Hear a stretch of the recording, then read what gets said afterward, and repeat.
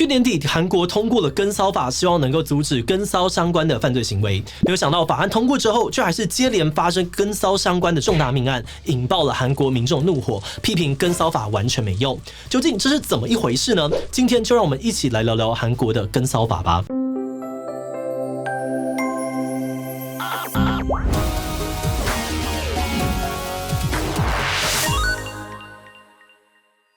Hello， 大家好，我是志奇。今年的9月14日，韩国首尔的地铁站发生了一起震惊全球的杀人事件。一名28岁的女性站务员在巡视女厕的时候，遭到了一位31岁的男子埋伏砍杀。根据调查，这名凶手名叫做全周焕，是受害女子的前同事，已经长期跟踪骚扰女子好一段时间了。虽然说呢，女子早就以性暴力犯罪的罪名提告了全周焕，也利用了跟骚法申请了保护令，但是就在一审判决出炉的前一天晚上，他还是在自己的工作场合不幸遇害。这起事件发生之后，韩国民众怒气值直接爆表许多人认为目前的跟骚法根本是假的，不但没有解决问题，还继续的让更多的罪犯变本加厉的去骚扰受害者。而相关的新闻也烧上了国际媒体的版面，引起了许多的讨论。尤其在台湾跟骚法也刚实施没有多久，许多的争议都还没有解决，也让大家对于这一次的韩国事件特别的关注。今天我们会来看看韩国的跟骚事件有多严重，刚通过的跟骚法又出了什么问题呢？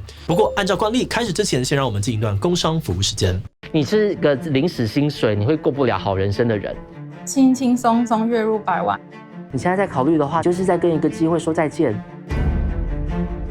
在台湾，直销其实是一个非常庞大的产业，因为每7个人就1个人加入了直销组织。多层次传销管理法第18条，它其实就很明文的禁止直销事业体以这个吸收下线、介绍人进来的方式作为直销商的主要来源。就是原来他是把我的钱拿去买产品了，这是冲他的业绩。直销的核心还是产品，它其实是从分享开始的，投入了16万，然后最后就是完全都没有回来，收入大概4、5万左右这样子。在直销产业里面，你自己就是最好的代言人。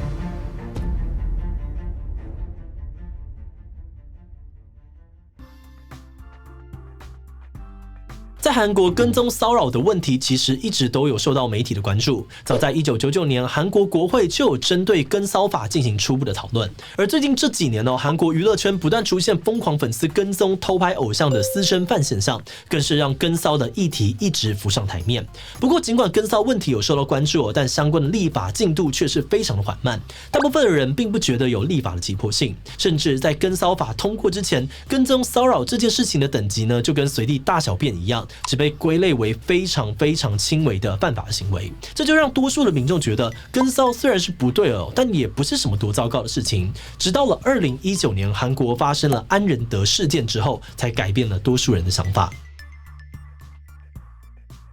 安仁德是一位42岁的男生他长期跟踪住在楼上的一位女高中生，不止常常在对方家门口等她出门，还曾经呢在她家门口泼洒过秽物。种种的行径让女孩不堪其扰，选择向警方报案。但是每一次的报案，警方都以没有造成实质伤害为理由，认为这样子的状况无法成案，也没有进一步的处理。结果安仁德就这样子持续跟骚那位女孩。有一天呢，安仁德突然放火烧了自己家，并拿刀堵在消防梯口，随机攻击逃离的邻居，最终杀害了包含女孩在内的5个人。这起刑案震撼了韩国社会也让更多人意识到跟骚犯罪潜在的危害，而这场悲剧也就成为了催生韩国跟骚法的重要关键。2021年的3月，韩国正式制定了跟踪骚扰犯罪之惩罚等相关法律，也在同年的10月正式实行。在韩国的跟骚法当中，将跟踪骚扰定义为在没有正当理由且违反对方意愿的前提下，对当事人与其相关亲友做出令人不安或导致心生恐惧之行为。而它也条列出了5种跟骚的行为样态，分别是接近、跟随或阻挡去路，在生活范围守候、盯梢，借由书信、电话、网络等各种方式发出骚扰讯息，放置物件在住处及生活范围，以及在住处及生活范围毁损物品。只要有人反复持续进行以上的这些行为，就可能构成跟骚犯罪。而跟骚犯罪的最高罚则呢，从原先的10万韩元及1个月拘役，提高到了3000万韩元以及3年的有期徒刑，大大加重了惩罚的力度。另外，依据跟骚法，警方一旦收到通报，就要马上前往现场阻止跟骚行为，并视情况提供被害人紧急安置。针对加害者呢，警方则会会进行犯罪调查，必要时可以使用保护令，禁止加害者出现在被害人住处100公尺内的区域，或是和被害人联络。在法案实行之后呢，许多的韩国民众都期待新的法律可以阻吓跟骚相关的行为。只不过没有过多久，韩国马上却又发生了一起严重的跟骚犯罪。在2021年的11月19日呢，也就是跟骚法上路1个月之后，一位女子在自家公寓遭到了杀害。根据报道，凶嫌名叫金炳灿，曾经与这位女子交往5个多月，而就在交往的期间，金炳灿就不断对女方跟踪骚扰，非法入侵她的住处，甚至还多次威胁要杀害对方。由于这些行为让女方非常的恐惧哦，女方决定根据跟骚法申请保护令，禁止金炳灿靠近她本人和她的住家附近。同时，她也依照跟骚法获得了警方提供的智慧型手表，要是有个什么万一，可以紧急呼叫警方前来救援。遗憾的是，这些禁令啊措施最终都没有发挥效果。案发的当天呢，等到警察接获通报赶到现场时，女子早已经遇害身亡了。金炳灿事件再度的挑起了大家的怒火，许多民众质疑跟骚法根本没用，而专家们也批评现在的跟骚法，无论是在执行面或是立法面，都存在着许多的漏洞。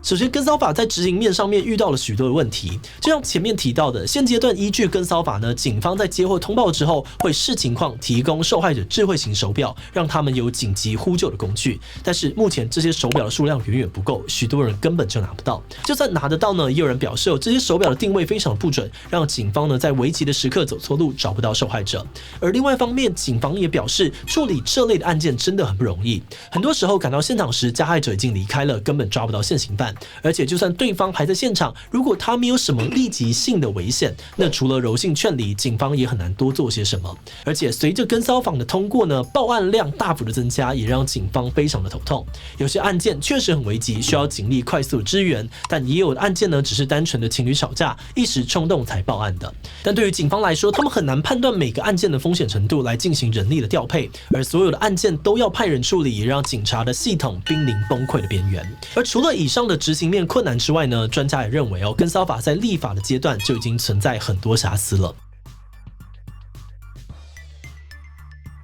目前韩国跟骚法属于告诉乃论，也就是说呢，被害人要主动提告，执法单位才会开始着手处理。那这有什么问题呢？有很多的被害者因为担心提告这件事情反而会激怒加害者，让加害者采取更严重的报复行为，所以宁愿继续隐忍。而且目前针对被告的接触禁令过于宽松哦，就算成功提告了，在提告到判决出炉的这段空档，加害者还是有可能继续进行跟骚行为，或是施压被害者，要求被害者撤告等等。像是我们开头提到的地铁杀人案，被害者用跟骚法提告之后，被告全周焕不但没有因此收敛，反而心生不满，变本加厉的进行跟骚行为，也才衍生出了后续的谋杀案。除此之外呢，另外一个也遭到许多批评的，就是所谓的100公尺禁令。许多人指出，在没有电子脚镣的情况之下呢，这个100公尺的禁令几乎没有什么用处。如果说今天加害者在100公尺之外突然决定呢要对于被害者下手，被害者能够反应的时间也就只有短短的10几秒而已，根本来不及报案，更不要说还要等警方赶到现场了。但看到这边，许多人可能会想说，既然都发现问题了，那守法不就好了吗？这个部分可能没有那么简单。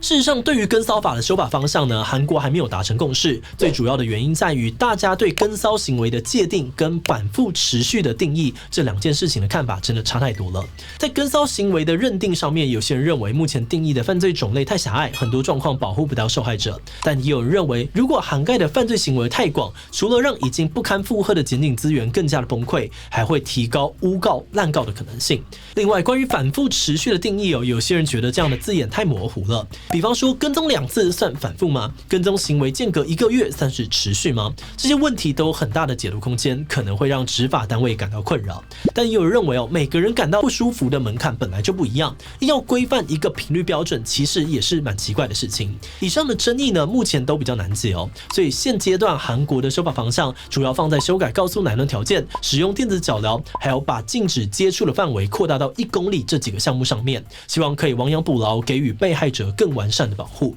不过，如果真的修法完成之后的警力司法资源能不能够配合，可能还会是更大的挑战。